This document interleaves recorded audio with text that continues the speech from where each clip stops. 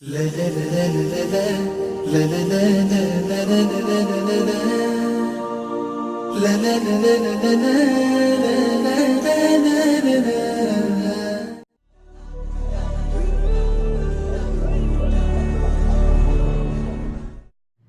alaikum wa rahmatullahi wa barakatuh.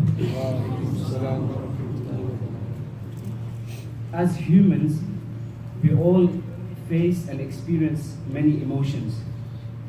And from amongst those emotions, one emotion is sadness. We all face sadness in one form or in one way or another. The sadness could be experienced due to losing a loved one.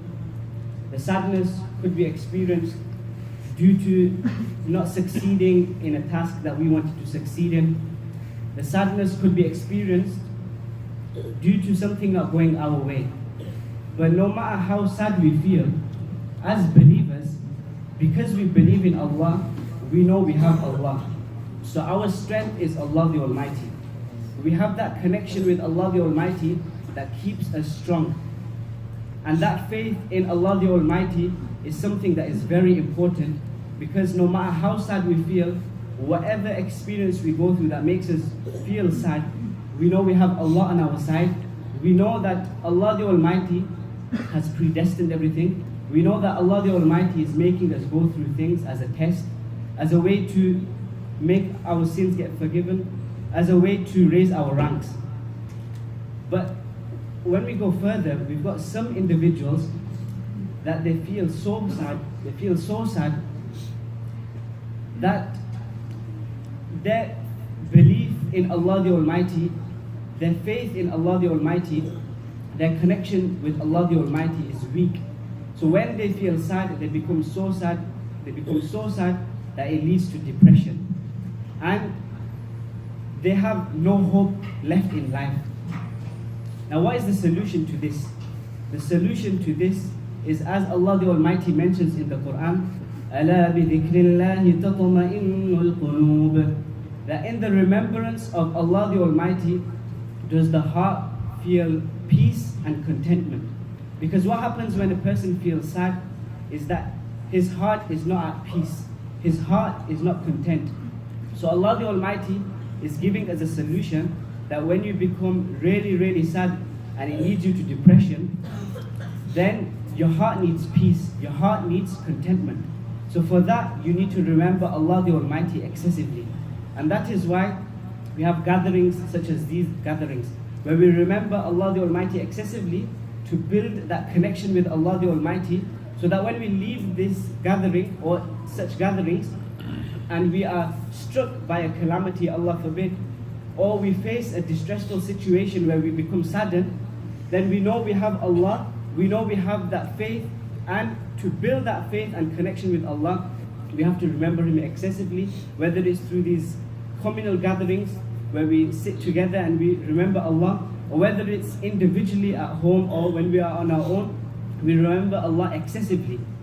And when we remember Allah, then we have to remember Him with full conviction, firm conviction. And that is why, as we seen, we switch the lights off as well, so that we can truly forget everything else in the world and we can just remember Allah, focus on Allah. And today, I was talking about nurturing children, bringing up children. And when I was doing a bit of reading on this topic, I came across some fascinating information.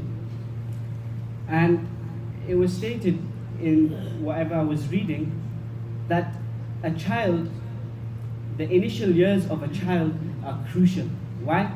Because when a child grows up, the initial years are when a child's mind, a child's thoughts, and a child's concepts are shaped. And whatever the child sees around him, his surroundings, his environments, they all play a part in how he will act in the future when he grows up. So it's very crucial from a young age that the parents, they focus on the children and they give them a good upbringing.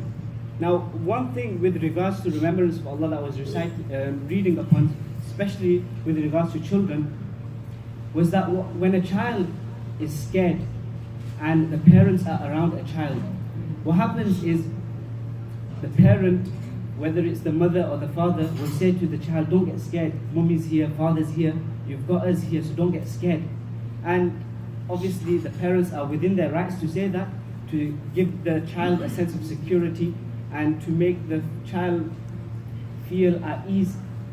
But one thing scholars mention, at that time, it is important for the parents to say that, don't worry, we have Allah the Almighty.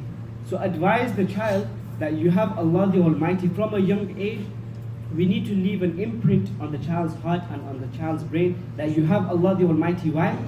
Because there'll be times when the child will be on his own or on her own, and the child might become scared, and the parents, the mummy and the father, and the mummy and the daddy are not around.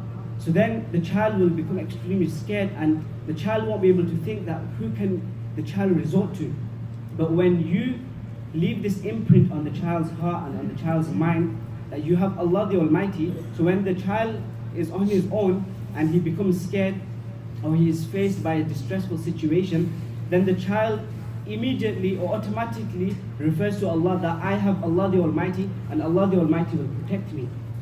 So you need to give your child such an upbringing so that when the child grows up, it has this deeply imprinted in his or her mind and in his or her heart that the child has Allah the Almighty.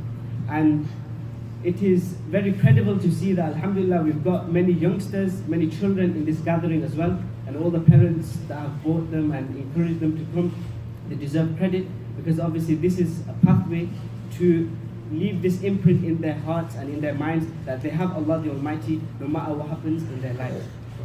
I pray Allah the Almighty give us all the ability to understand the importance of remembering Allah the Almighty excessively, and I pray Allah the Almighty give us all the ability to act upon everything that has been said. Ameen. كن سعيدا كن فريدا عش بفخر في الحياة.